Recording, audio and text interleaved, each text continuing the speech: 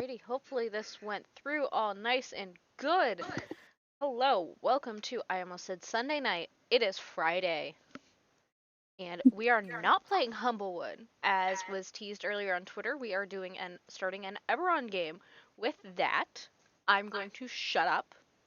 I'm going to pass it over to Oliver, who is DMing this game. Yes. Hello. I'm Oliver. I will be trying to run this. I have done a couple of one-shots on the channel before. Emphasis on a couple. So this is I've been DMing a little bit with my brother and my roommate back in California and all those. So I'm not going in completely blind, but this should be a different deal. So I ask for your patience as I warm up to this. But other than that, oh, that one came through. That's fine.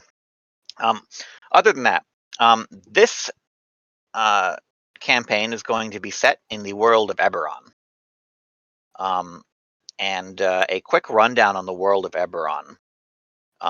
Way back in time immemorial, as the legends say, there were 3 dragons. The dragons Kyber, Eberron, and Sybaris, or however you want to pronounce that. I'm not sure. Sybaris. Kyber turned against the other ones, killed Sybaris, and then Eberron fought Kyber to a standstill and trapped her within the coils of their own body. Eberron became the world. Sybaris became this ring of crystal that surrounds the world, and Kyber is the deep dark down below, the source of much evil in the world. Or so the legends go.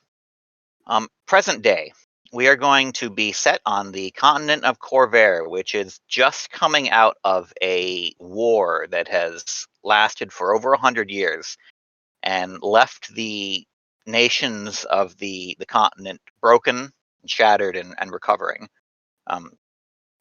The war ended when there was a large magical disaster that completely destroyed the kingdom of Sire at the center of the continent, which forced all of the other nations into a very hasty peace that many people are thinking will not last.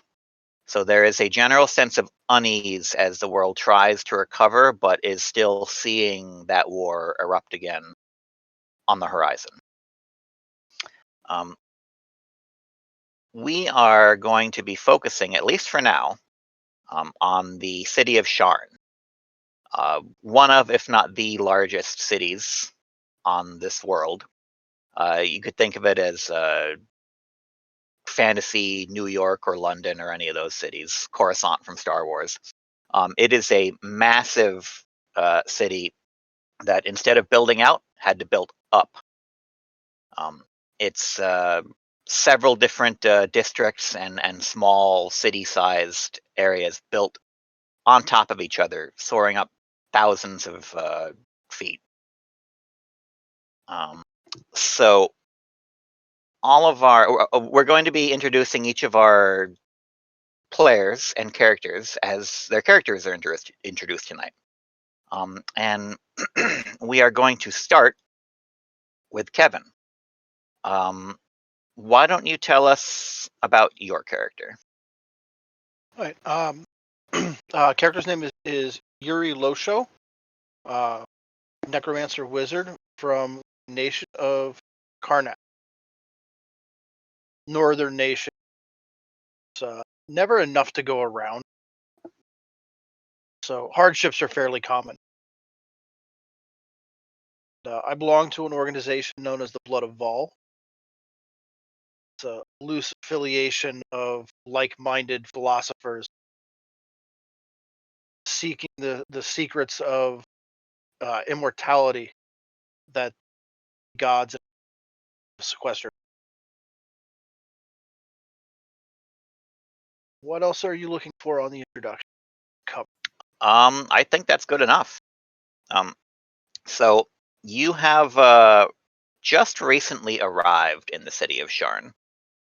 You came in from Karnath, and as a member of the Blood of Vol, you know you're seeking your inner divinity, and part of what you've decided to focus on with that is something called the Draconic Prophecies. The Draconic Prophecies are this very cryptic set of prophecies that they're sort of if this happens, then this will happen. There are whole sects that are set up to studying these prophecies, trying to understand basically the hidden coding of the world. It's the coding of the Matrix, in other words. And it takes more lifetimes than most people have to understand these prophecies. Yuri, however, has been contacted back in Karnath by another member of the Blood of Vol, who seems to have had some insight into the Draconic Prophecies. And after investigating them for a while, this person sent Yuri to the city of Sharn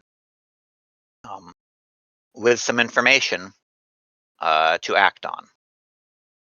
So, Yuri, you have just recently arrived in the city of Sharn.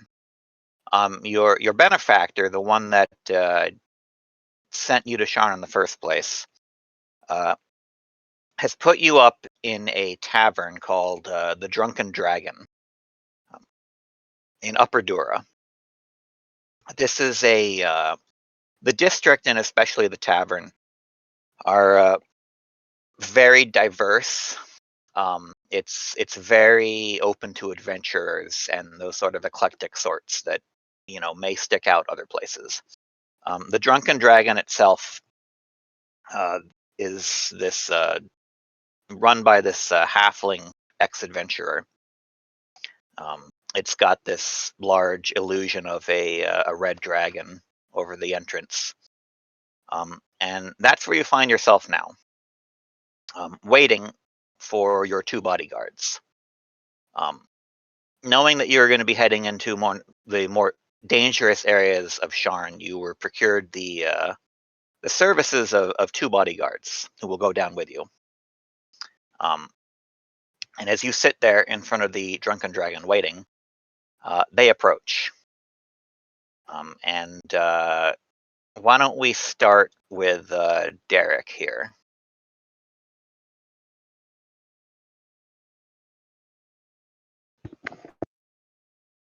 Okay. So just a brief introduction to the character. Just the normal character introduction that we would do at the beginning of the stream. Derek, I'm gonna play Nyspora. He is a black dragonborn paladin, that has taken the oath of conquest. He grew up with a family of bugbears in his from the time he hatched, and when he left, he came to Sharn by way of various other jobs, to be a cook, and eventually now, because of his stature size, he's become a bodyguard. I think that's pretty much sums it up. Carries a very large halberd, and also very prominently on his side is a wooden carved lyre, with 2 dragon heads, a black and a green dragon head one on each side. It's a carving that it's an instrument that his father gave him before he left. Okay. So that is the first of these 2 mercenaries. He has also recently arrived in Sharn. And the third, who has not been in Sharn long either, will be Katie. So Katie, introduction. I'm Katie. I'm going to be playing Savara. She is a human fighter who favors a glaive, but she can kind of use just about anything. She I totally forgot what house she was supposed to be from, because I didn't write that down. I don't think that you were from a dragon marked house. I think that you were just from a noble house from Thrain, if I recall our discussion. Unless you changed your mind about that. No, I think that everything sounded good. I just didn't write that down because that's not something I wrote No. down. Ah, Usually I'm good at notes, but apparently not that day. Good enough. The finer details will come out in time. Yeah. She was like the only child of that house, or at least like the firstborn of. She had a lot of expectations put on her that she did not agree with, as well as like family BS that she just wasn't there for, and she basically had the option of, accept these responsibilities or get out, and she chose get out, and that led her to mercenary work and her fighting skills being very, very self-taught, and then becoming a bodyguard for money. Okay. So that's the setting now. The three of you are in front of the drunken dragon there. And Yuri, you're waiting here as these two bodyguards approach you. How's this meeting going to go, do you think? I'll probably just find some place that I am visible and wait for them to approach me. Okay. And the description you guys were given, Savara and Nispera, not too hard to find. Do you have your familiar out right now, Yuri, or no? No, Griff probably would not follow me to a tavern. He would perch somewhere outside. Okay. Yeah, so you guys are looking for you've been given a good description of a man from Karnath. And he's sort of waiting over by himself out of the crowd when you approach him.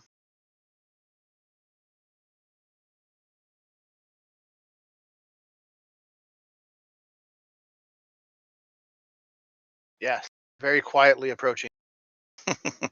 Well, yeah. Well, actually, I would be very quiet. I'm just going to walk. But given my size and stature, I tend not to notice little people. So if they're in my way, I just keep walking because I now have seen the target I'm going for, and just little people gotta move. I have some buffer zones here, and I just will kind of, not intentionally to be mean, but I will, if too many people kind of start bumping into me, I will just kind of put the elbows out a little further, and I like my space, and I'll make my way over, um, and there's a quick bow, and are you the man I'm supposed to see? You're supposed to. Yuri, wow. Speaking, great. If you're supposed to see Yuri Losho, then yes. I was told there was two of you. Savara, you're not far behind. I'll approach and say I'm the second. Very good. I don't believe there's any. You've already been paid, so we can get right to work. You both have been paid, yeah, up front. Yeah, of course. The contract is complete. So, wow. The details of the contract are complete. So, let's do what we need to do. Okay. So it's early evening, and up here in Upper Dura, you're in the one of the higher sections of the city, which affords this district a view of the sky. Somewhat rare in Sharn, considering how deep it goes. And right now you can see the stars out. And running through the sky is this just strand of glowing gold. And this is the ring of Sivaris. As the creation myth goes, this was the dragon that Kyber betrayed and slew. So you guys push through the crowd of Sharn. There's all manner of people here. Humans, elves, dwarves, goblins. There's like a full little gaggle of halflings that Nispera just has to like push out of the way, and they give him dirty looks. But you guys eventually make your way to this station with a large stone disc that's being manned by the City Watch, and then some Mage-Rite operators that instruct you all to step on, which you do. And then after there's perhaps a dozen people that have stepped onto this lift, the stone begins to levitate downwards, and you're basically taking this magical elevator that goes up and down the city because it's very vertical. There aren't really a lot of ways to just travel up and down without hiring some sort of flying coach or taking these lifts or jumping, depending on your proclivities. So the lift takes a long time to go down. It's maybe 15 minutes of waiting, and then you arrive at Middledora. Middledora is very working class. It's not a slum. There's still crime, but some of the people get off, and very few people get on, as the lift waits for this changing of people and then begins to go even lower. There's not many people that are going down into the slums. Just a small collection of people. It looks like dock workers from the sky dock there. And as the three of you are waiting there on the lift, this kobold in a heavy coat sort of like sidles up to you guys, and is like, "Hey, you guys, you look new. You need any feather discs?" And he sort of opens the coat, and there's hanging from the inside of the coat is just this like row of these small metal discs with the symbol of a feather etched on each of them. And he's like, "Selling them real cheap, not stolen. They're good. You buy them?" Take a step back. "Oh, okay. Listen, Yeah. but it's dangerous without. You fall without feather token, you splat on the ground." And then I'll look to the man there. Do you wish to do business with this? I wish How to do much- business with your coins. How much are you charging this? For you, real cheap. Real cheap. Got to get rid of them quick. Only 3 gold each. Promise they work. Won't die. Do they look legitimate? As in functional. I don't care if they're stolen. Go ahead and make an Arcana check. Woo! First dice roll. Nat 1. Okay, good, perfect. You're kidding. Kevin, that was my role. Why'd you steal it?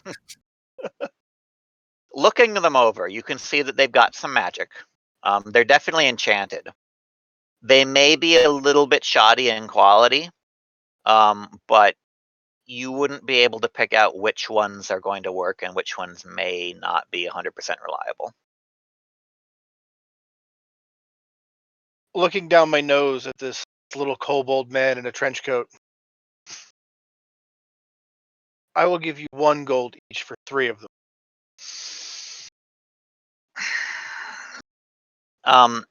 He sort of like glances to the side. He looks at the other people on the lift as if he's like sort of sizing up like the other customers here.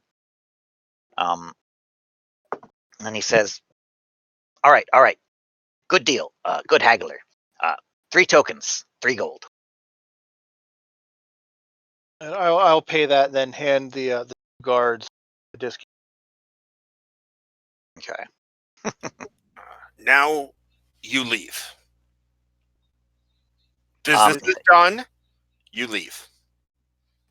It's yeah, an elevator. Where do you expect them to go? Over. I'll go right there. over here. And he just sort of sidles over to the exact opposite side of the elevator.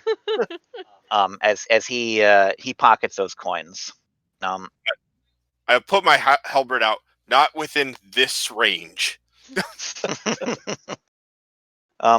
So the trip continues with that awkwardness between you guys and the kobold for about another 10 minutes.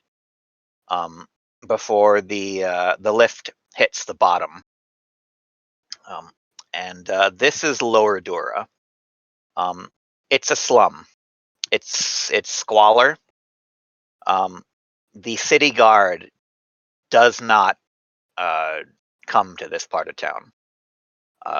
It's up to the locals to handle their own crime problems. But this is where Yuri has been instructed to go tonight. Yuri, you're not entirely sure what you intend to find at the end of this. You've been provided a line from the Draconic Prophecy that, as always, is very cryptic. But your benefactor, the one who provided it to you, has apparently done his own research and gave you instructions on where he believes you need to go to fulfill this. I would like with to no know more about details than that. Hmm? Okay, fine. I was gonna say I would like to know more about these instructions. Yeah. His message included instructions to a location in Lower Dura, where he Okay. said he was certain that the prophecy was pointing towards. How he came to this conclusion, he didn't mention. The prophecy reads, if 5 fight as 1 in the House of the Dragon, the path to the everlasting throne will be revealed. You have no idea what any of that means. But he seems adamant that this is something you should look into, and you've got no other leads in Sharn. So, as you guys step off the lift, nobody else follows you. You're setting out into the slums alone. And it's you're headed towards a district that is known as, if I can find the list of districts here.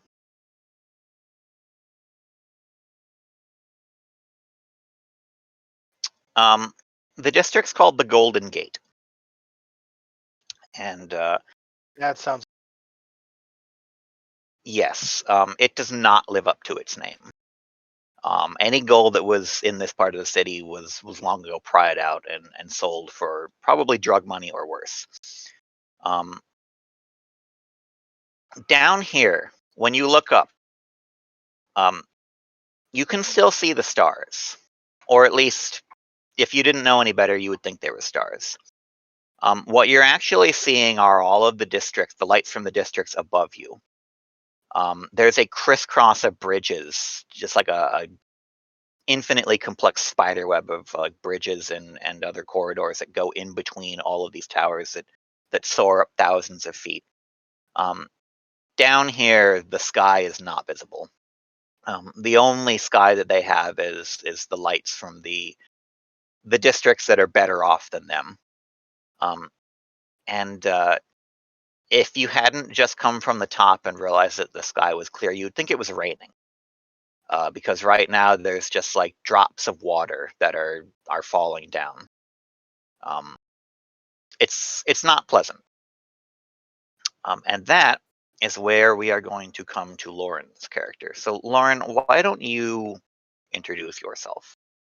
Hi, I'm Lauren. I am playing Miradar Torn de Tharash. I'm probably saying it wrong. Forgive me. It's my house. I can call whatever. Yeah, it's cool. Just call me Miradar or Miri. That's fine too. She is a half orc draconic sorcerer. She is an inquisitive for the global, not global, Globe Information Agency. And she is down here in Lower Dora investigating an assignment. Okay. Yeah. So, Miradar belongs to House Tharash, and the houses are. There's a phenomenon in Eberron where certain people will manifest what are called dragon marks. This is passed down through their bloodline, as far as anyone can tell. And these dragon marks give these people particular powers. Some of them are very minor, some of them are very powerful. And the families that bear these dragon marks have organized themselves into large houses. If you're thinking like large, like dystopian corporations, it's something like that. They're ostensibly politically neutral. But what that really comes down to is that they're all mostly interested in advancing their own power and agendas. They do dealings with all the nations and kingdoms. Almost all of them are active in Sharn because Sharn is such a large city. Having connections to a house means that you generally have certain obligations and allies, but also potentially enemies. So, Meridar, you haven't really. Your house is based on the Finders Guild. At least in Sharn, that's most of what they do. Detectives, bounty hunters, that kind of thing. Back at home, they're also highly involved in the dragon shard trade, which are these magical rocks that are used as the basis for a lot of the magic that you'll see around. But you have spent most of your life doing the research in the books. And you want to hit the streets. You want to make a name for yourself, make it big. Yeah, it's first big assignment. A little nervous about it, but a little overzealous. You've managed to fast talk your way into a case from a local baron that lives much higher up in the city, who maybe thinks that you are a little bit more accomplished and experienced than you are. I think it's the coppery tinges. He's just saw a little shine. My copper background for draconic. But the case, the case he's got you on right now, is a series of murders. Now, it's not unusual for people to end up dead in the lower districts. It happens. A lot of times just fighting to survive. Yeah, that's why the guard doesn't come down here. But they usually do at least watch over the operation of the precarious district. The precarious district is a district that's sort of jutting out over the side of Sharn a little bit there, and operate a series of magical cranes and lifts that transport goods to and from the river down below. The Watch does have a force here. The houses also have a lot of interests in this area. However, those interests don't normally expand past making sure the trade goes smoothly. Bribes are common. So crime that doesn't really directly affect that is not something that they're worried about. There have been a series of murders recently. Dock workers and other people that have been passing through the area have been found dead. But they don't look like they were mugged or what you would normally expect. These people look like they were mauled to death by some sort of animal, which is a little bit more unusual. And whatever's happening apparently has the Baron concerned to the point where it may eventually interrupt his productivity. That's. Was there anything common of the victims that were mauled? So, this is your first time actually down here in the slums. You've spent your time, investigating, talking to some people. But mostly you were doing a lot of research, cross-referencing these people, what you knew about them. There's not a lot of overlap between them. They worked for different warehouses. They worked different shifts. Some of them were dirt poor. Some of them had savings. Some of these people were found, when the bodies were found, there were no possessions, but there are others that still had their money on them, which probably means that someone didn't get to the body before the watch did. Mm-hmm. The only thing that you've been able to determine is that on their way to the precarious district, each of these people passed through a certain part of the Golden Gate. And right now, that's the only clue that you're going on. It's a certain street. Every single one of these people crossed by this area. Okay. And because you have no backup, you can't really go to your house because you're acting on your own right now. If you did, they would pretty much just tell you to go back home and send someone more experienced to go handle this. Of course. So that's not what you want to do. Give us a whole pep talk. You're at least wise enough to know that if you go there all alone, it may be more than you can handle. And you've been walking in that direction, wondering what to do about this. When you see these three heavily armed individuals step off of the lift and start heading exactly in that direction. The only people that you've seen headed in that direction that weren't clearly criminals. These don't look like criminals. These look like adventurers from out of town. That's definitely out of place for this area, so I would probably trail them for a little bit just to see kind of where they're going, what they're doing, and eventually kind of make my way up to them. I don't quite see you around these parts. Anything I could help you with? I say to the three of you.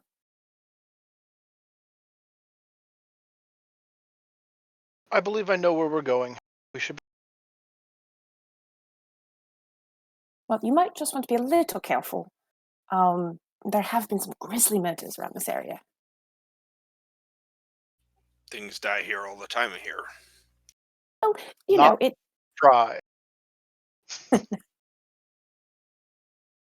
Just thought, you look like you have a lot of money on you. Just want you to be careful, take care of our fellow, lives and things like that. Are you going this way as well? I point to the direction we're going. Exactly. I'm joining you for a little bit. Yeah, there's business I wish to attend to, and we will be leaving. Quite great. So where are you all from? Do you have names? My name is Meridar. Hand straight out. I'll look at it. I will take the handle of the halberd and I will put it down on the hand. Let's take him to Oh my god! No.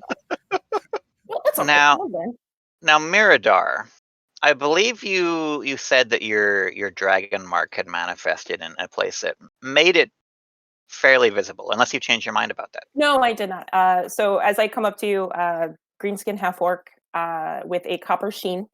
Her dragon mark comes up at the side of her neck, kind of into her face, up into her ear. She has like a dark coppery long bangs with an undercut.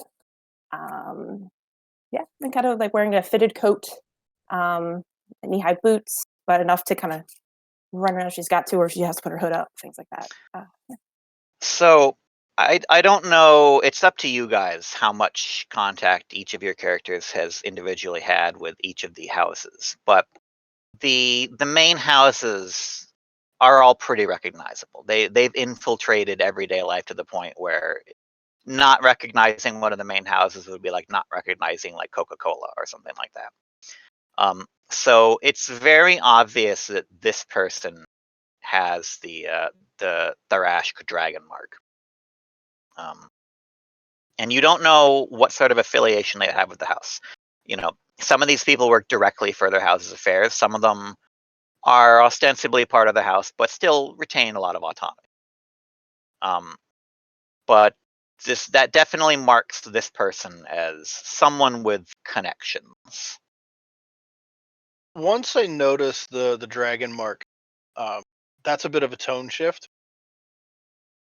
Are you offering services, or is your altruism freelance? Well, have a business card.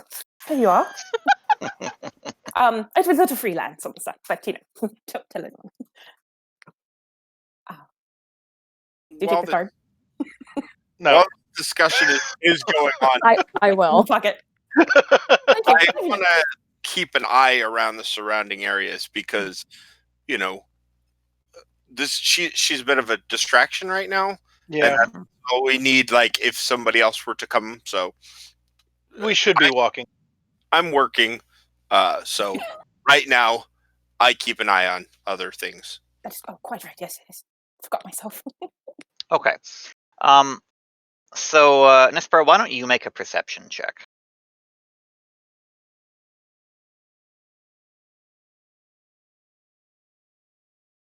Oh, guess what? There we go. I told you that was my roll, Kevin.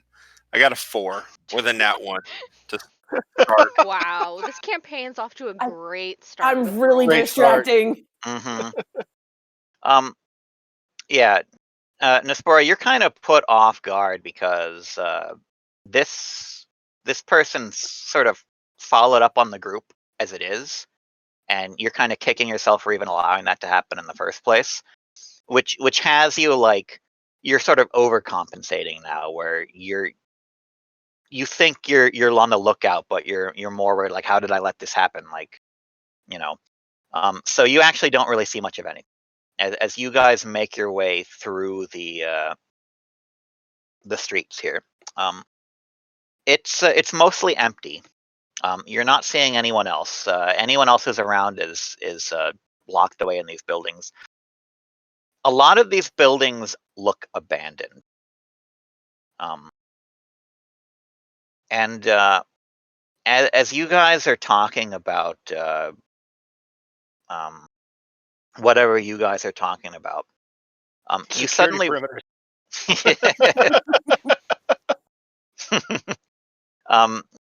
you guys suddenly realize that you have reached the location that each of you are going to.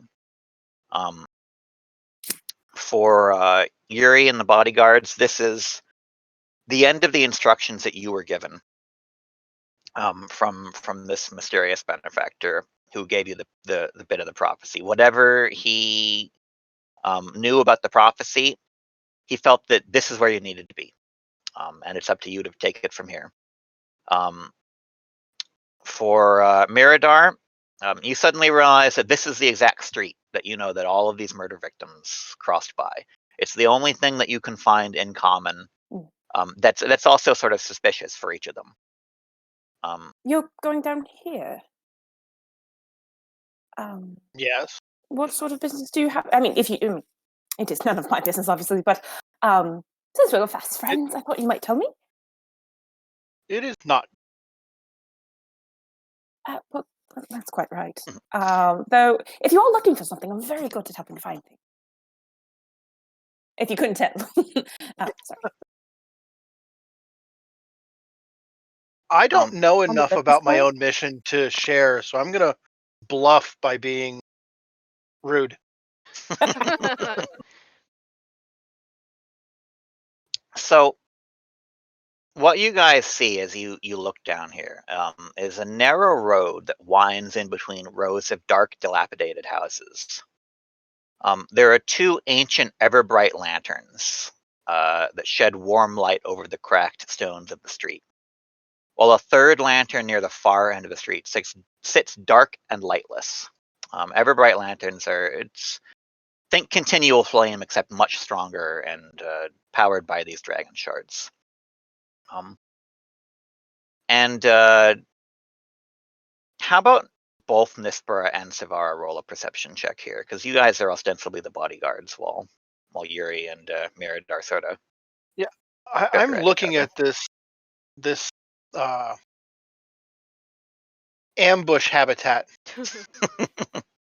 and I'm just gonna cast a mage armor right now to get that out of the way. Okay. Is that a perception check? Yeah. Okay. I got a 20 on that one. Okay. Savara, you're paying more attention to Yuri and Miradar, just making sure that it's not about to get ugly between them, because you've seen that kind of thing happen before. Nispera, your vigilance is finally rewarded as at the far side of the street where it's dark. It's do you have dark sight as a Dragonborn? I actually don't even know. Nope. Okay. I do not believe so. Well, it wouldn't have really mattered anyways, because this is further away than most dark vision would pick up. But there's sudden movement that catches your eye as a dark figure slips into the front door of the house there, and the door shuts. This house is 2 stories tall, with the top floor being larger than the bottom. There are several windows, and you can see that there's very dim light sort of like emanating from these windows, but it's mostly dark. It's the only sign of life in this entire area that you guys have seen so far. We need to change our tactic a little bit. There was something up that way. So maybe let me take the lead. You can obviously deal with anything that would come directly to him.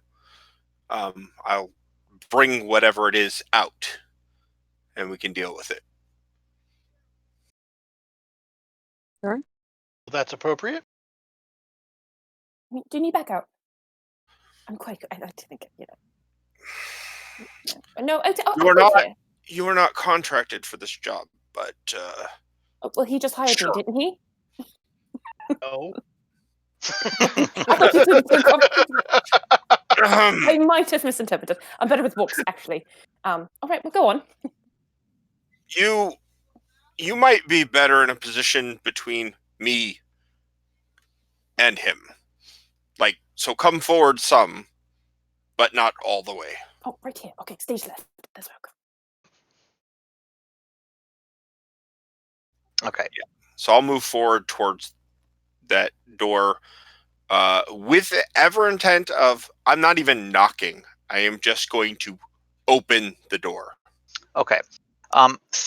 Before we get to that, Savara, how about you? After Nispera wanders off, I will turn to Savara and just flat out ask, does he often volunteer as bait?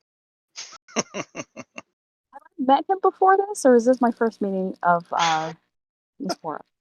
This is the first time that you guys have met. Yeah, you've never worked with him before. To be honest, I couldn't tell you. Perhaps fatal flaw? Perhaps. We'll find out. Okay, so Savara, are you going to approach with Nispera, or are you going to hang back and protect the VIPs here? Hang back. Okay. Nispera, as you approach, the closer you get to the building, you can see the condition of the house is no better than any of the other disused buildings around it. But there's one thing that does sort of stick out. Mounted just above the door frame is this small figure of a tarnished metal dragon. It looks like it was painted, and some of that paint is chipping away, but it was originally painted this dark blue color. And you're just going to attempt to open the door? Yeah, I just saw someone go in. Yeah, I'm just going to try to open the door. Okay. You reach for the door and attempt to open it, and find that it's locked. Okay, well then I will attempt the nice bar opening maneuver of pulling it open if I can. I will attempt a strength. Go ahead. Athletics check.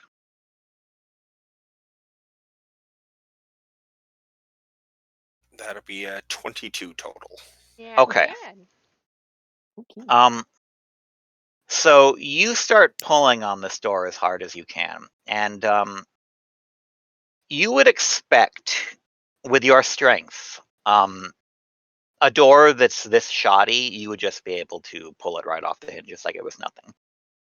It gives a surprising amount of force back, as if it doesn't want to go. And you just keep pulling, and eventually it starts giving. You can hear like the cracking of timber.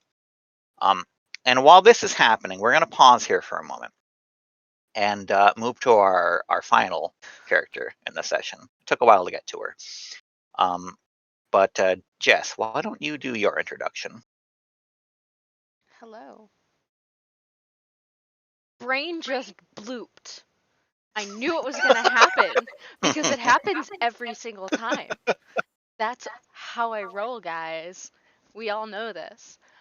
Regardless, I am playing all the information I'm going to give at this point, as I am playing a elf character named Anna. She is a draconic sorcerer. Yes. That's all I'm going to give for now. Okay. Quick character introduction there. So, Anna. Yes. You also have only just recently arrived in Sharn.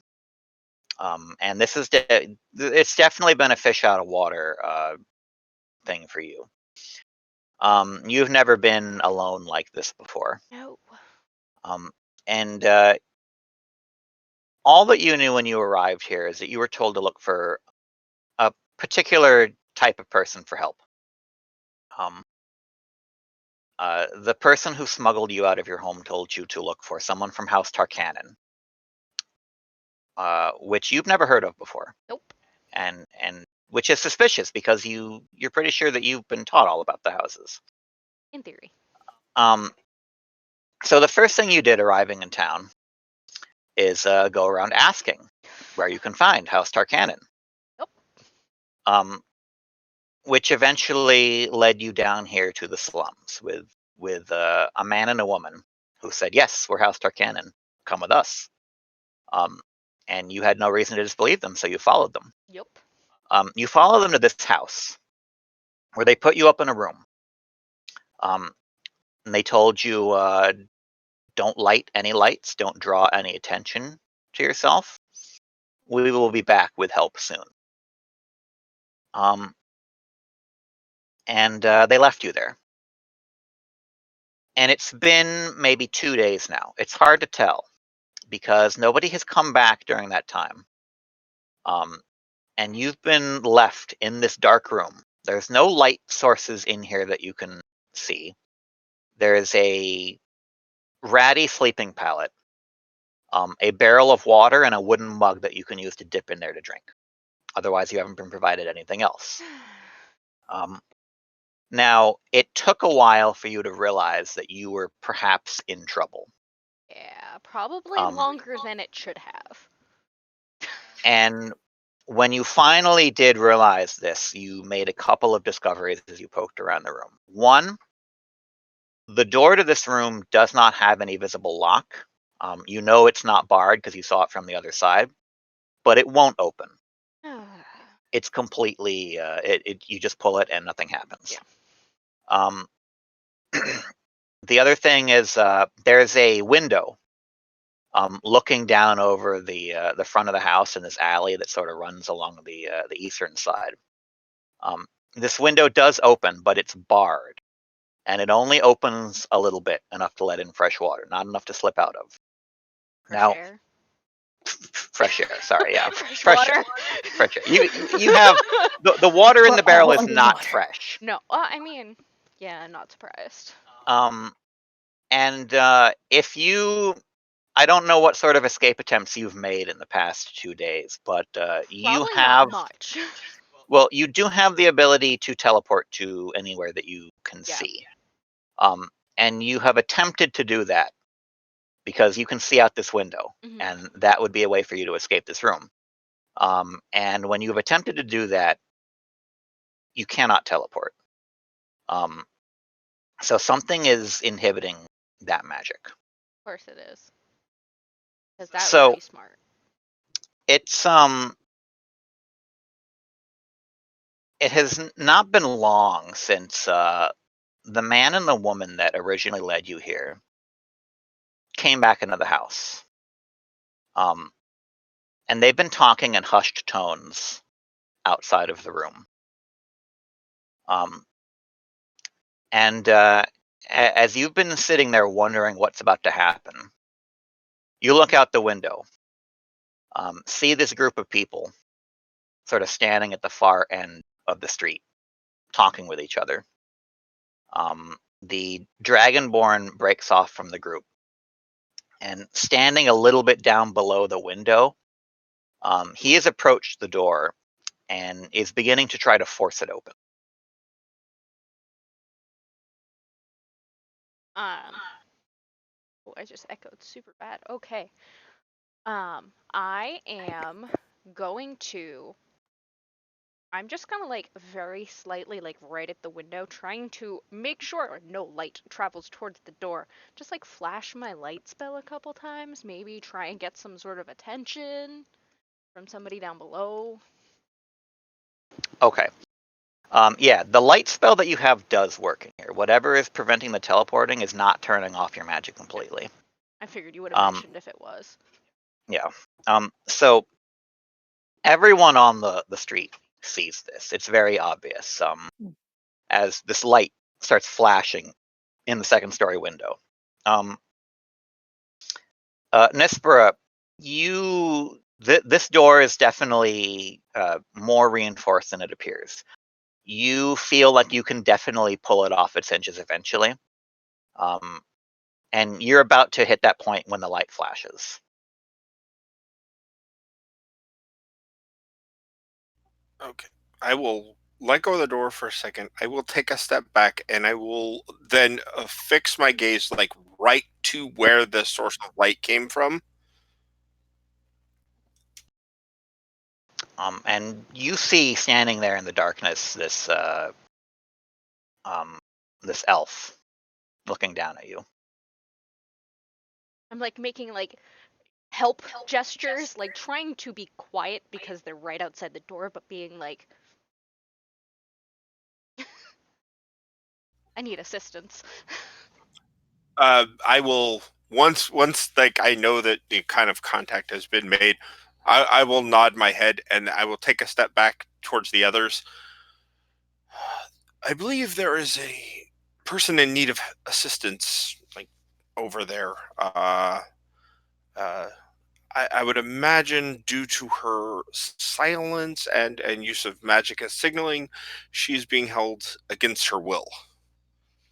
So I would say, if there are no objections, I am going to break down that door and secure this person. Well, shouldn't we do those stealthily so it's not to, get them by surprise?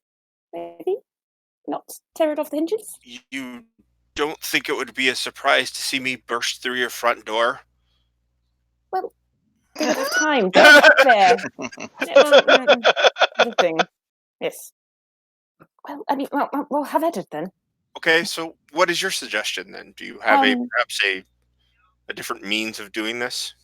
Well, I have some tools of a particular nature that I am quite handy with. I could give that a try. this might actually get you that job you're looking for. I would imagine if you did this. So there's levels. You have to make sure to have to check off all these things before I get the badge. It's a big. Or if not, you're perfectly fine doing if you prefer. I mean, he is your employer, so I don't want to. I mean, what would you prefer? I am still technically I am under contract, so Yeah, I'm looking at the situation here, and this is where I was told to go, or at least close enough to it that my curiosity is fully engaged. Yeah, lend assistance. I'll be providing backup from right here. okay. If you believe you can open the door in a quieter fashion, please step forward, and I will be right there to assist you if needed. Well, it's always Oh. good to have a backup plan. Absolutely. No, violence and open. Oh, he is paying you, and I do not need to impede the progress of your job and fulfill your contract. Obviously, I have been asked. If you've got other options, sure, but yes, I have been asked to violence this open. So yes, I will take I will take a step back, and just to make my job a little easier, I will take like a very deep breath, and then I will just inhale or exhale, sorry, a jet of acid like right onto the door, and then try to plow through. Okay. So that combination of acid and hurtling your body into it smashes the door to pieces. The lock that was keeping it closed sort of just like flies free, completely still in one piece. And anyone who's Miradar, you're probably, you could probably figure out that this was protected by an arcane lock spell that was not robust enough to stop a dragonborn from just bodily destroying the door. we could have taken the hinges off, maybe. Was the door frame? Sivara, as your bodyguard partner here breaks down through the door, how are you? What are you doing at this point? Are you moving to assist? Are you going to be staying again with Yuri, or? I would move into a position where I can at least see into the door when it's opened, or in this case, blown out of its frame. I'll have weapon at the ready and kind of be in front-ish, but not like standing directly in front of Yuri. So kind of like off to the side so that I can see and he can see as well. Okay. So what you guys see, it's a large central room. There's a ratty-looking rug laid across the center of the room, on which sits a wooden table with 2 chairs on either side of it. A lit hooded lantern sits on the table with the lid lowered so that it only produces a small amount of light.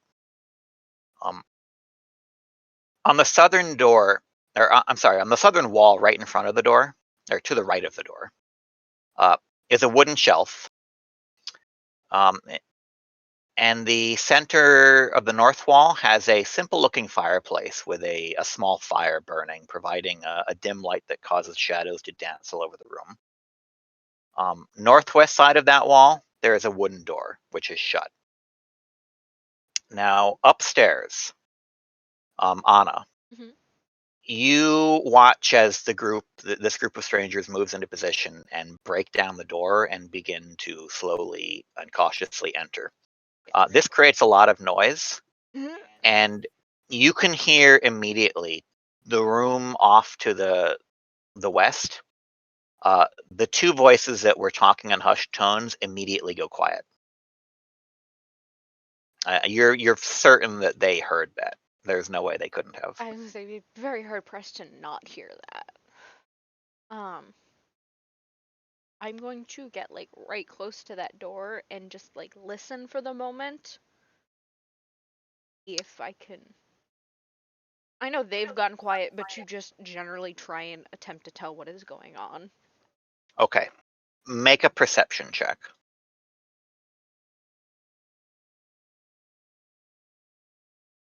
16. Okay. Make a roll for them. Okay.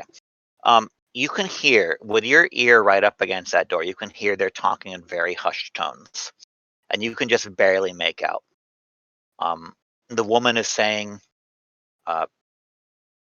these aren't the ones that we were supposed to meet here.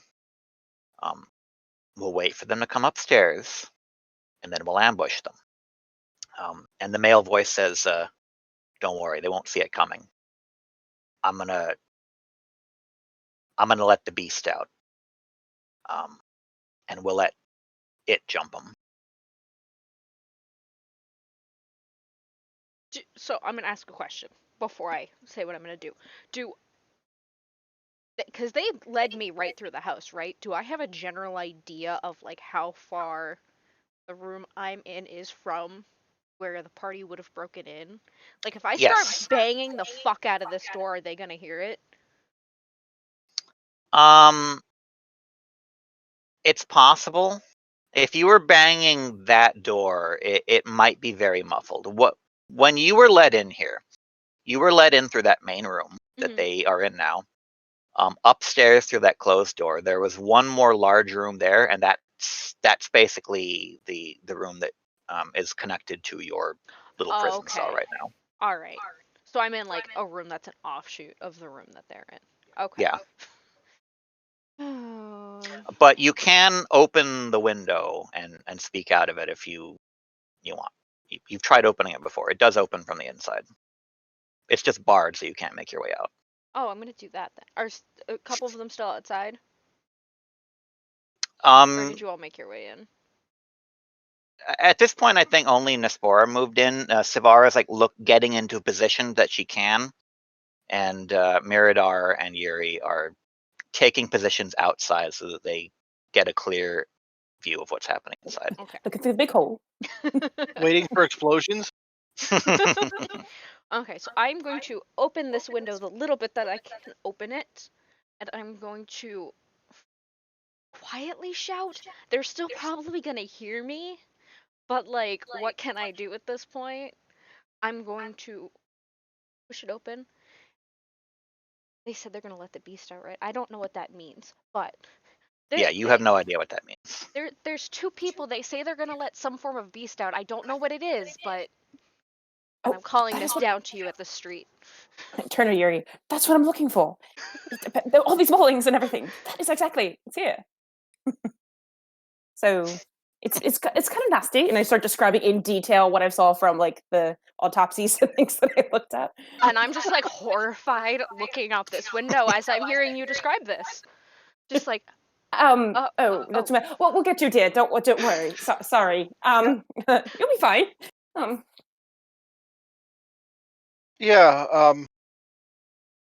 There's a lot going on here, and the mysteries got my attention. So yeah, let's move in here and see what's going on. Miradar. Yes. As you are looking up there and talking to the elf in the window, you notice that small metal dragon that's mounted above the door. Why don't you make a religion check? Dun, dun, dun.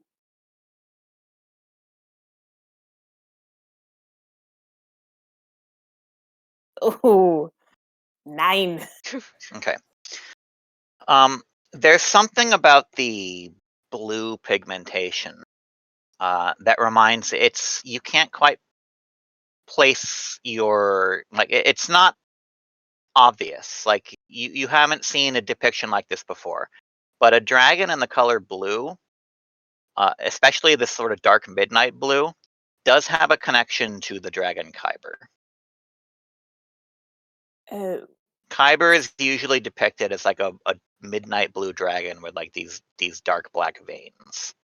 This one's a little bit tarnished to the point where whatever it originally was isn't quite obvious, but there's definitely a suspicious motif here. We may want to be a little careful. that if it's on the tip of my tongue, Kyber. Yeah, well, obviously we know Kyber. Sorry, a little nervous. First thing ever. And we may want to be. There might be some traps and other crazy things in there. You may want to be a little careful. That's what Nespora is. Obviously. Well, we can't leave him in there alone, I'm essentially the vehicle that engineers use to clear minefields. I just roll through first. The tank.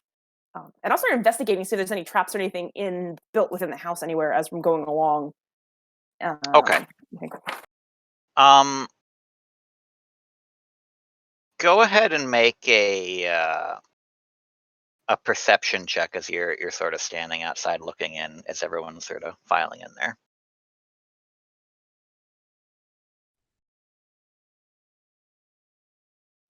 10. Nothing obvious. There's no like crossbow like tied to the wall. There's no sort of like glowing glyph of warding that's about to explode. You give the room a once over.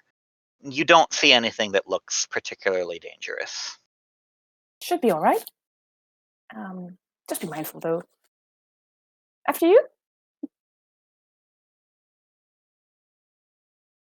I'll go in behind Nespora. Okay. So you're all sort of piling into this room now with the two bodyguards up front. And again, there's the table, there's the shelf, there's a fireplace, and then the door on the northwest corner there. I just have one question. Was I, given that I just kind of broke through the door and I was kind of in the house, was I able to hear the warning that was given? She was trying to be quiet, but not too quiet. It was that sort of panicked, like not really thinking about how much noise you're making. So you were able to piece out most of it. Just for simplicity's sake, we're going to say yeah. Okay. So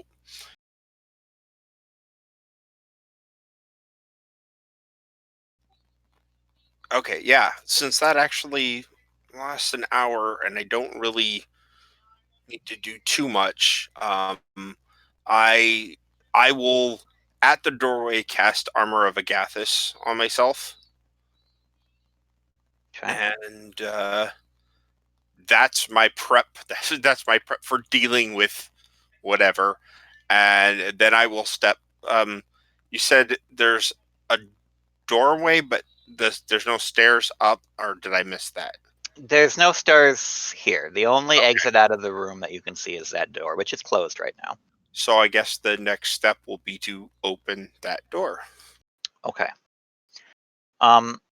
This door is not locked or secured in any way. It opens with a small creak, and reveals behind it a very short hallway that ends in a staircase that goes up and then turns west.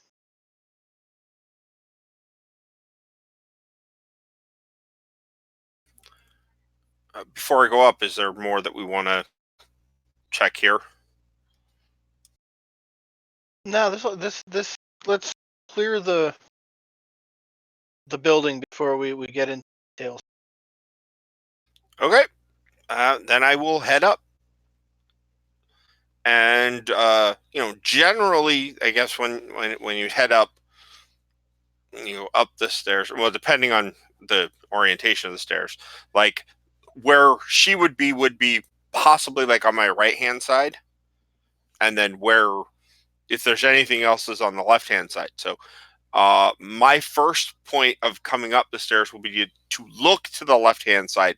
If I don't see anything, then my next goal will be to move to the right to look for a door or some bar, something locked that might be containing this person. Okay. So Nespora's taking up the front. Savara, are you following up next to him, or are you going to lag a little bit behind, or how are you approaching this? Still gonna lag a little bit behind. Okay. And Yuri and Mirabar, is anyone staying down below, or are you going to follow them up? I'll follow in. About a 5-foot gap. Well, that's something. Okay. So the stairs end at a small square landing, with an archway leading north into a larger room. No door there, just the archway. And Nespora, as you step there, you said you're going to check left. There's just a window immediately to your left. And when you look right, I want you to make a perception check. Okay. Yeah, I'm taking in the big picture. I got an 8 rather Okay. than minor details right now. What you see is a room that has a large table in the center with 4 chairs. Directly to your right, against the south wall as you come into this room, is a wooden chest and a cabinet.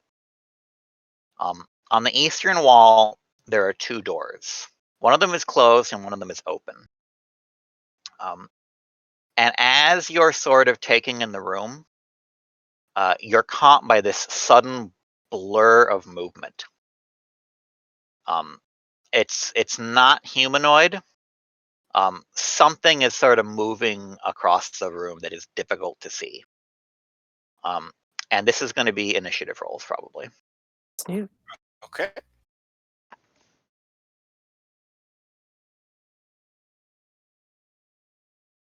Twelve. 11. 4. And this 12. dice roller hates me. I don't think I'm gonna use it anymore. That's okay. No, okay. 4. I got a 13. Super nervous on this first adventure. And Savara, did you roll? 19. Okay. 19. Okay. I'm trying. I've never actually used this before. I'm trying the encounter builder in D&D Beyond just to keep track of the initiative and nothing else. Okay. Savara, you're a little bit behind Nispora, and you see, sort of rushing at him,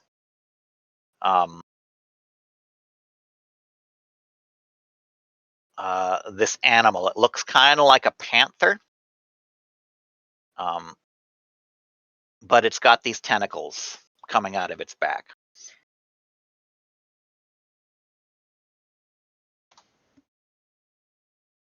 Do I know what that is? It's a kitty. I want it. No, it's not. You may know what it is. Well, let's I make roll? that a survival check. It has 6 legs for more fun. 14. Okay. Yeah. This is, you've never encountered one before, but this is something called Displacer Beast. And you know that they are named that because they have some sort of like innate illusionary power that makes them difficult to pin down. That's about as much as you know. Why?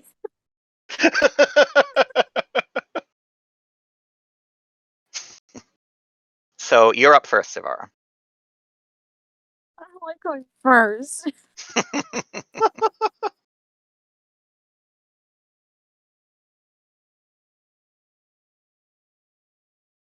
So, is this thing attacking the spore, or is it just kind of like It running definitely around? looks like it's coming in for an attack. Yeah, it's like coiling up, like it's about to pounce, like cats do.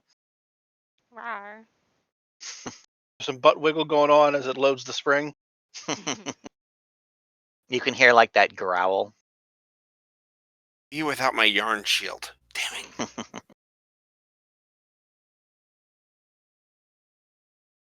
it. As my cat starts attacking her toy with perfect timing. Um,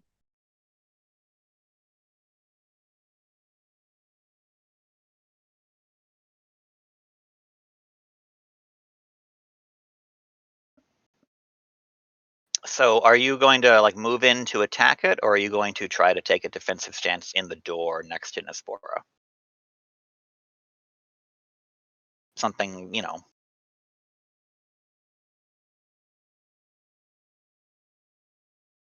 I will. Yeah, I guess I'll kind of go on the defense since it hasn't attacked yet. I don't quite know what the intent is. Which, Okay. I mean, Well, obviously. you're pretty Yeah. certain the intent is to attack Nispora. Okay. And you can wait for that attack to come, or you can move and try to intercept it. You are sort of built for interception. I'll try and intercept. Okay. So you're gonna move up past Nispora, take the initiative, and go for it. Yeah. With my glaive. Okay. So as you get closer to this thing, it sort of like shifts its location and then back and forth you can't really tell exactly where it is. Your attacks are going to be made with disadvantage. You as a samurai can actually cancel this out by using your fighting spirit if you want to use a charge of it this turn. That's a bonus action, I believe. I was actually going to ask, when can I do bonus actions? Because I've never done that. Anytime you want. You can do it before your action, or you can do it after your action. Anytime during your turn. Well, yeah. Okay. Yeah, I guess I'll do that. Okay. So go ahead and make your attacks. Because you have the fighting spirit, that gives you advantage, which cancels out the disadvantage, and you can make just a normal roll against it. Okay.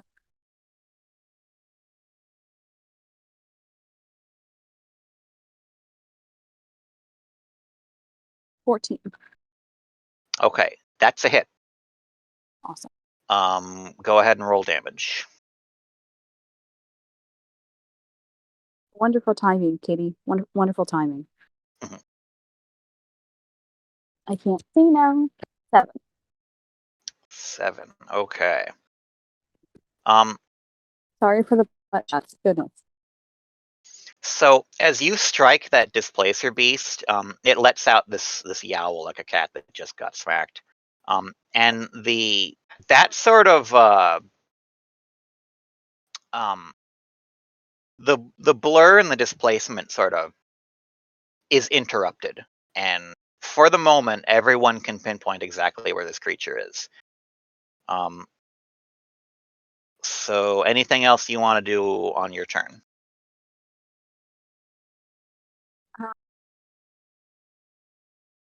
No, I think I'm good for the moment. Okay. Then we are going to move on to Nispora. Okay. I've got reach, so I don't have to get super close to it. But I bring in the halberd, and I'm going to attempt, just a straight up attack on it. I know you said it wasn't displaced for that moment, but when it comes to my actual turn to attack, is it still displaced, or? You can make your attacks normally. It's going. You guys will be able to pinpoint its location until basically the end of its next turn. Okay.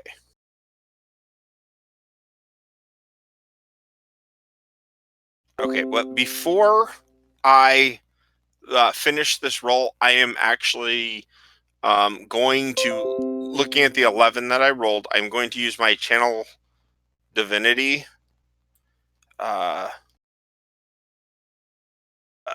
do a conquering. To do a guided strike. And it says when I make an attack roll, I can use channel divinity to gain a +10 bonus to, I guess it's to hit. You can choose to do so after the roll, but before knowing the results. So 21 to hit. Okay. That's definitely a hit.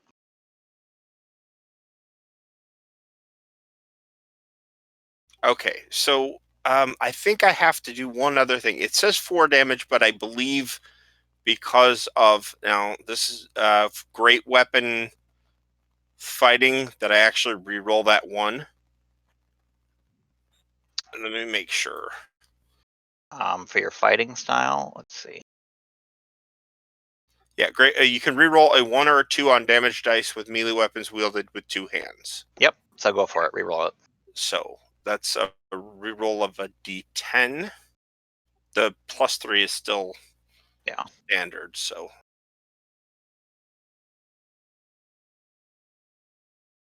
I do 7 points of damage. Okay. On it at that point, and basically when I channel the divinity, you basically see like a pulse of like my horns kind of like they give off a weird like radiant light for just a second. Okay. Anything else you got, or is that it? I believe I don't have any more. Yep, no, I'm done. Move on to the next person. Sorry. The next person is the Displacer Beast, who is going to make one attack against both Nispora and Savara with its tentacles. So against Savara, does a 17 hit? Nope. Okay. And against Nispora, I doubt an 11 is going to hit. Nope. Okay. 11 misses. You guys are able to fend off those tentacles, like whip out with it. Their spikes that they've got at the end of it, and you're able to keep it at bay. You have a glaive and a halberd, so you're like sort of poking back at it as it's trying to get closer, and whipping you, but not connecting. So next is going to be Yuri. Placed again. Yes, it's recovered from that initial hit it took, and now it's sort of that you can't really define exactly where it's standing. Okay. I think I'm just gonna go big. I'm gonna cast Ray of Sickness. Okay. And I'll have disadvantage on that attack roll. Yes.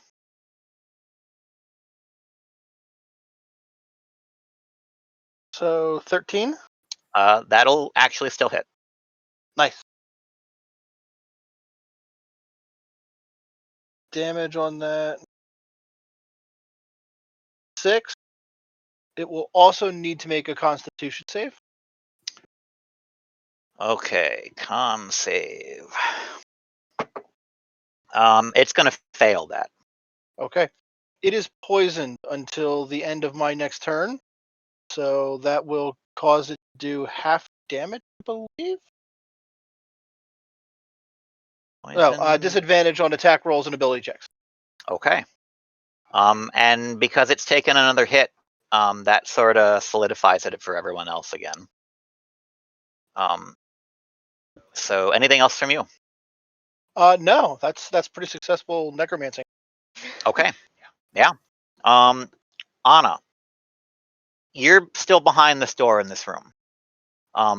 You can hear that a fight has broken out. Okay, that's what's gonna be my question. Like, now, you know the door won't open, but you saw what Nispora did to break past the front door, and you're pretty sure that you could try to force your way past this door as well. You just haven't attempted to do so yet. yeah. Oh god. My spells work in here. That's nice. Kind of. Like a fucking magic missile the door. That would be hysterical. Can I just firebolt this door? Yes, you can. I don't think you can miss a door with your fireball. 16. Okay, that hits the door, but it's not moving. So go ahead and roll damage. 9. Okay. You sort of stand back from the door and blast it with this fireball, and it was warded with this arcane lock to keep it closed. Again, was not designed to stop a firebolt from splintering it. So the door just sort of explodes outward. And you can now see these two people fighting off this displacer beast in the main room. Hello. Thank you for the attempted rescue. Okay. Any bonus actions? Not that I want to use, no. Okay. Miradar, you're up. All right, and we can see it because they got hit, right? Yes. Okay, so I won't have to do that. So I will throw my hands around and throw an acid splash at it, and it's a Dex 13 save. Okay. Which he has disadvantage on, right? It's an ability check, or no, it's a save. A No. save. Yeah, he'll Never make mind. this naturally. Okay. So he saves against this. You let out that acid splash, and it like jumps back with that cat-like agility. The acid just sort of splashes on the floor. Well, I can definitely tell it's quick. So if anyone doesn't know that already, that's my turn. Okay. So what happens next is what hiding behind sort of the empty shelf there, this woman in this ratty leather armor sort of steps out of the shadows. And she's wielding this wooden club with like this metal ring around the top of it. And she says, "You shouldn't have come here. This is House Tarkanan territory." She's going to step up, and she's going to swing that. Well, what's everyone wearing? Oh, chainmail and chainmail. She's going to swing that club at Savara. And a 25, I assume, will hit. So that's going to do 2 lightning damage as the club sort of like impacts you, not hard enough to cause any damage. And at first it seems like she whiffed her attack on your armor. And that's when these sparks start to fly and you get this jolt of electricity. That's going to disable your reactions until your next turn. As she hit you with a shocking grasp.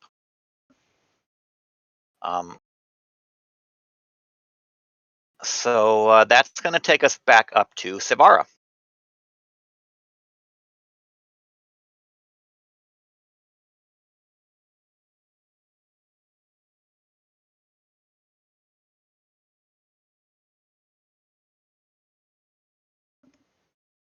Do I know anything about the house name that she just dropped? Make a history check.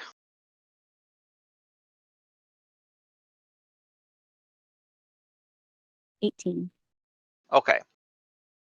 You may have heard of it before, but you've never come in contact with anyone from it.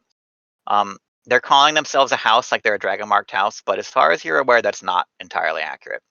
What you've heard about them is that this is a crime syndicate that pretty much operates entirely within Sharn.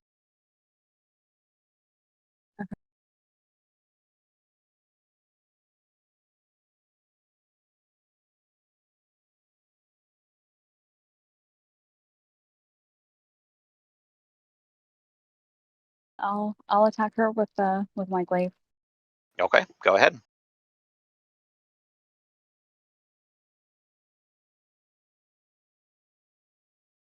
12. 12 is actually going to hit. She's not wearing much armor. Okay.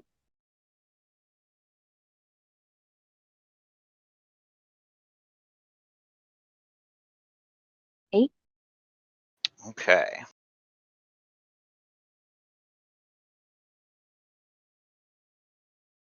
Okay, anything else?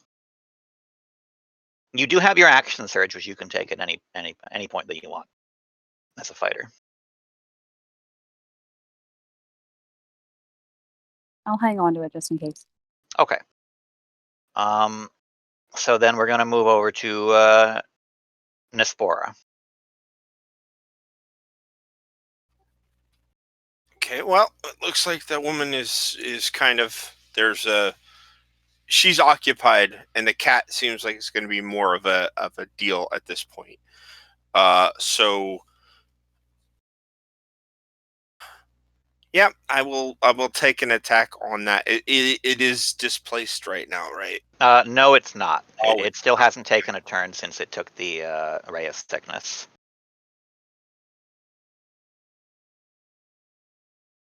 yeah, I only get a 9 on that. I cannot. Okay, that will be a miss. Yep.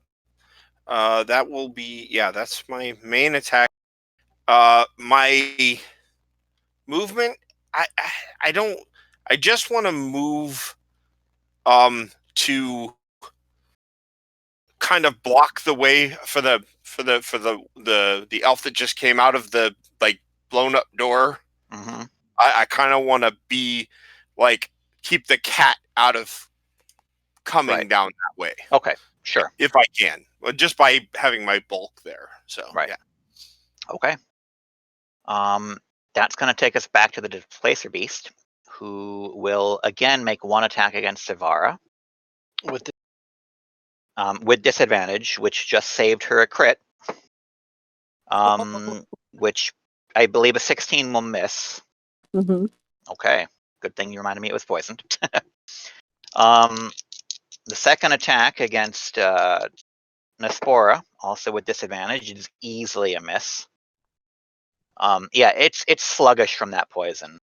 But it does manage to get its displacement ability back up after its turn. Yuri, you're up now.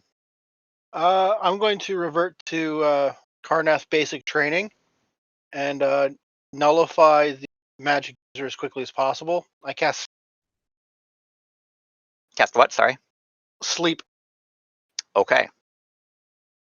So targeting the spellcaster directly. Right.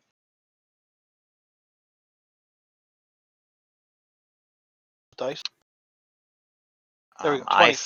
I saw it as a 20. Okay. She's got this like sneer as you start casting this spell, and she's already like raising that rod up to do another smack. And then her eyes just flutter closed, and she falls flat on the floor asleep.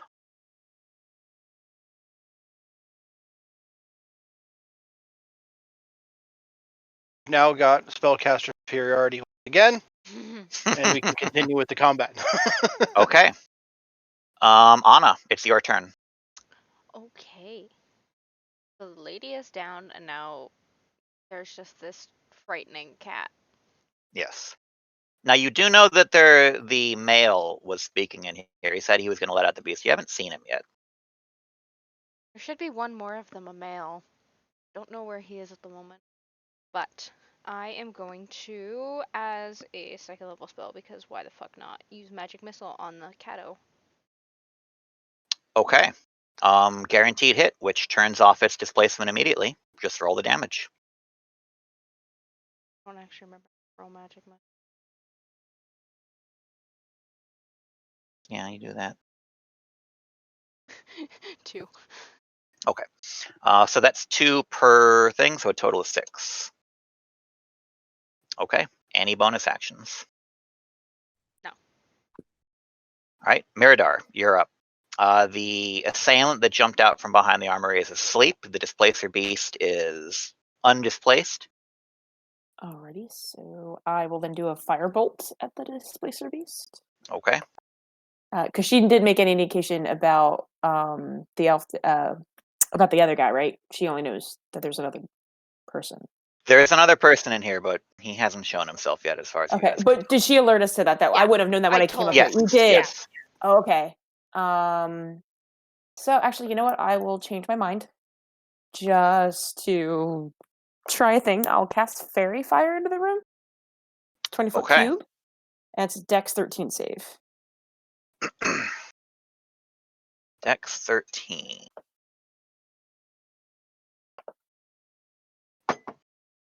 Okay, the displacer beast gets a natural 1.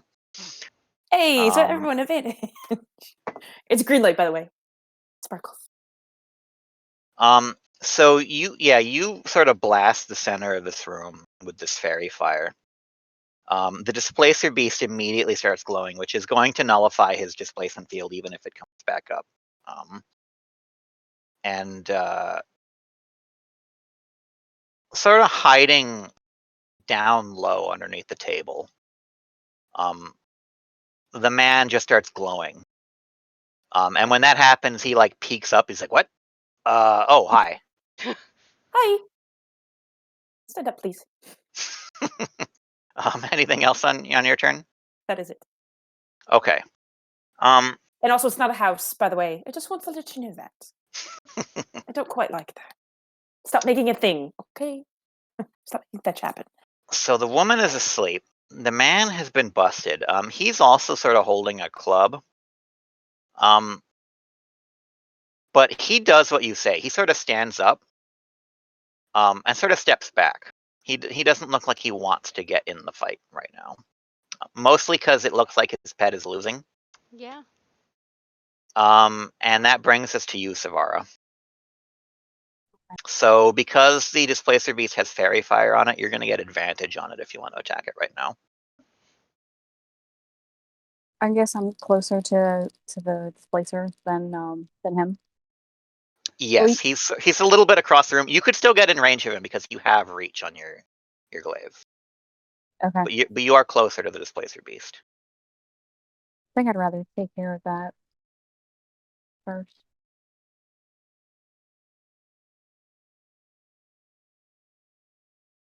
So I'll attack the displacer. Unnatural 20. Okay. That's our first crit. It almost went to the displacer beast, but you get it instead.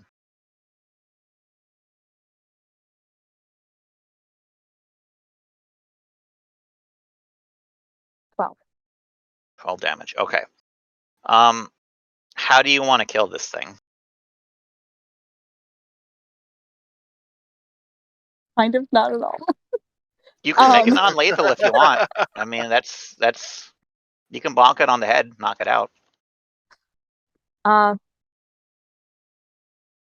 mean, since we kind of bonked the lady on the head, I guess I'll do with the mercy of not killing her pet just yet. So. Okay. Yeah, that displacer beast is like rearing up for another attack, and you just take the butt of your glaive and bonk, and it goes down. Now, Nispora, you're up next. If you want to continue the offensive, the only assailant here that is still conscious looks like he's pretty much surrendering. He's like dropping his weapon. If you want to continue the attack on him, it's up to you. If anyone does, otherwise, combat's probably over.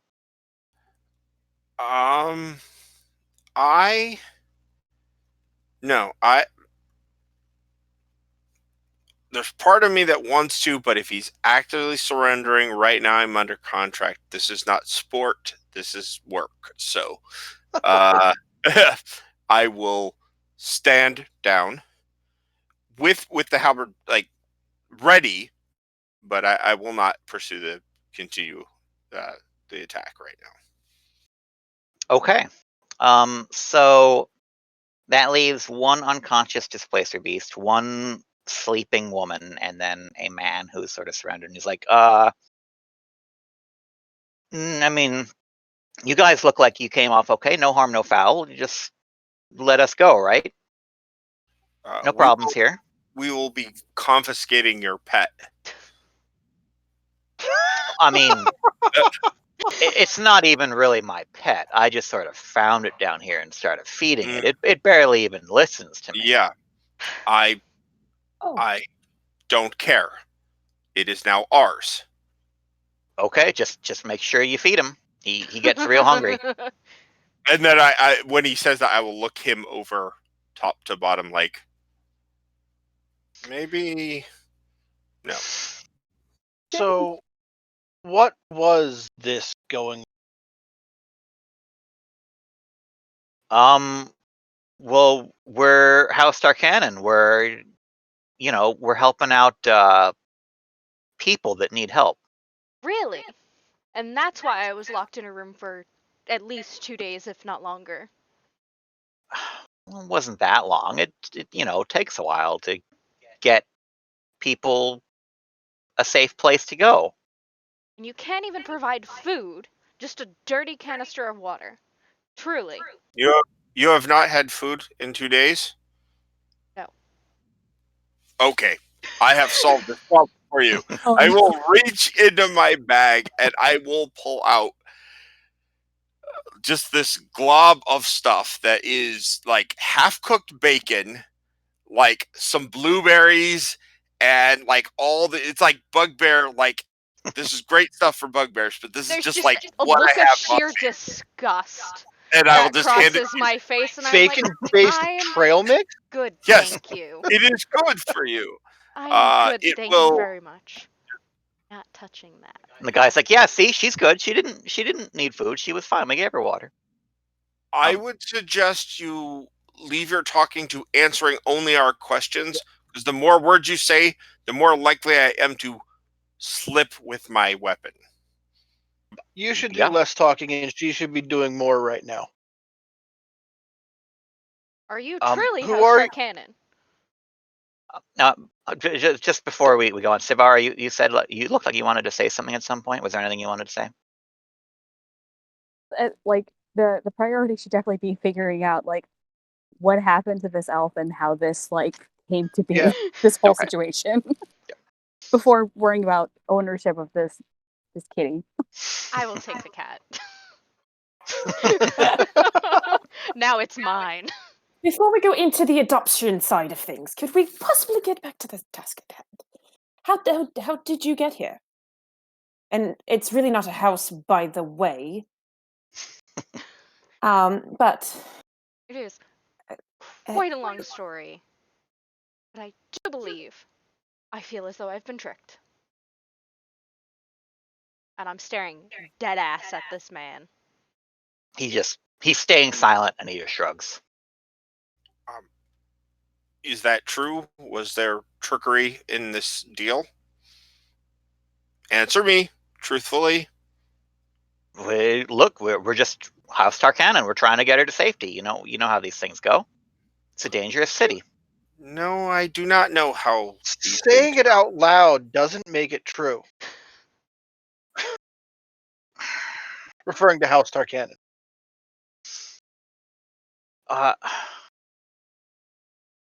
Okay. What do I need to give you guys to walk out of here unhurt? Some form of truth on my part. And what is with all the killings with your pet? You weren't very clean about it. Okay. First of all, completely true. Killings, I don't know anything about that. I don't kill people unless I really have to, and I haven't had to for a while. So I don't know what you're talking about there. Not involved. All that my friend and I do here, we hold the people that we're told to hold until others come and pay for their release. Pay for? They pay us 10 gold per person. Ha! You are only worth 10 gold. That is extremely offensive. Yes. Hey, that's a lot for people like us down here. Still find that extremely offensive. 10 gold. For all the other people that were found dead, were they not paid for? We haven't killed anyone. She's only the fourth. I mean, how about your pet? Yes, and you said you just found him and just started feeding him. When was that? Perhaps a month ago. How long were the murders going on for? The murders have been over the last couple weeks. Not quite a month, but over the last couple weeks. Okay. All relatively recent. I guess insight check to see if he's lying to me, or I have to. Anyone who wants to make an insight check at this point can do so. 16. 7. 18. Totally. Okay. So that 7 is what you can tell is this guy's very out of sorts and disheveled right now, which so are you. Savara and Anna, this guy is trying to talk his way out of this, and he'll say pretty much anything. That House Tarkanan stuff, clearly a lie. Yeah. The thing about selling people for 10 gold pieces, that actually sounds more like the truth. Yeah, it's either ransom or slavery, and neither way is good. Who's coming for her? It's not ransom. We're not ransoming them out. We're told specific people that we need to pick up. I don't know how they choose these people, what they want them for, or where they go after they pick them up. Listen. So who's supposed to pick her up? Okay. Yes, that is my question now, knowing I was specifically targeted. There was some guy. All I know is he was an elf. Wore a cloak, like to hide his face. He asked us to pick up these people. He would. He told us that he would slip a paper under our door. This is the house he wanted us to use. We pick these people up, hold them here. People come and get them from us. Always different people. We don't know who they are or where they take them, but they pay us 10 gold a person, and that's a lot of money. We've made 30 gold. How about this? You guys let me go. The 30 gold is yours.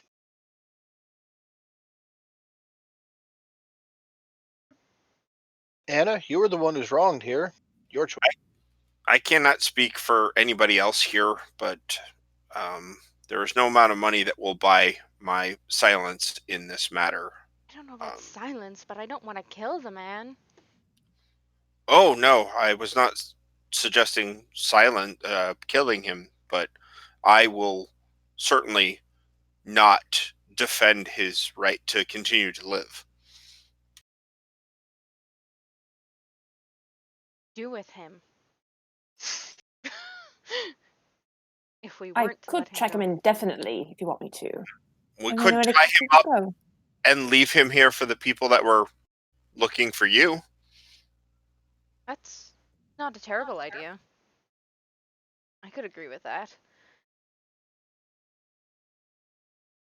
So there's only this, perhaps?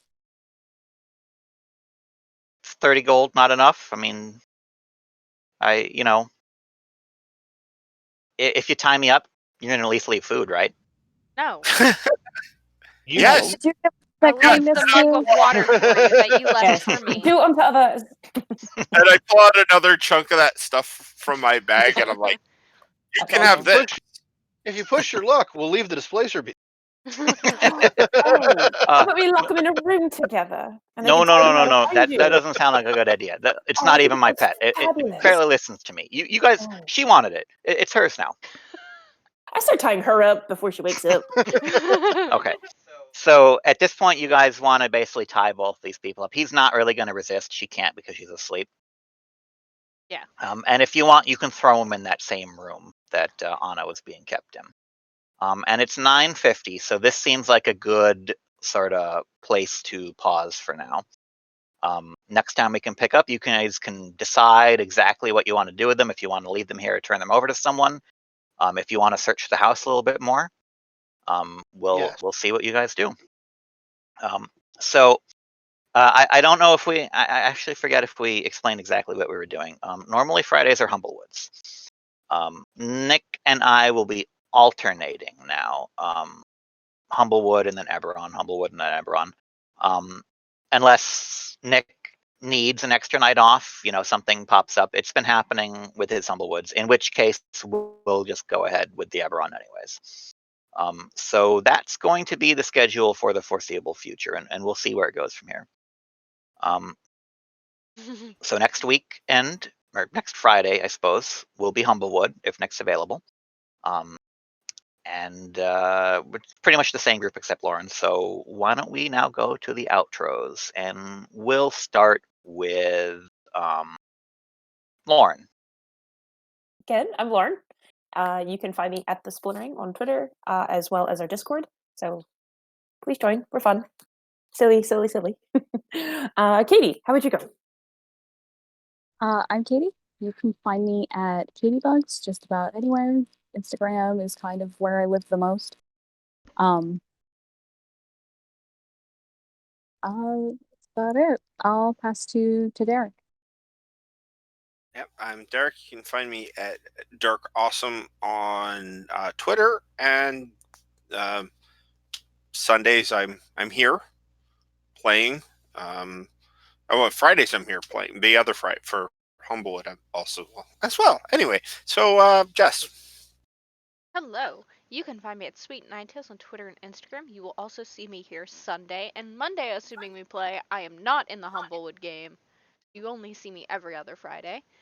Same with Lauren. That's all I got for you guys. Kevin. All right. Evil Sales Ass on Twitter is a place you traditionally track me down. And then Sundays and Mondays I run different D&D games here for mostly these people plus some others. I got enough players in my games right now. I got to, keeping track of them requires a little bit more effort. But there's enough of them, and they're all good. So let's close it out, Oliver. Yeah. I was Oliver. I was DMing tonight, and I will be a player the other nights. So catch me next Sunday and then Monday. And I'll prep for the next Eberron session, and hopefully that'll go smoothly. So that's everything. Jess, do the thing. Shut it down. Oh yeah, Shut I it have to down. actually do that as I was tabbed out of the window. Good Good. night, Perfect. everybody.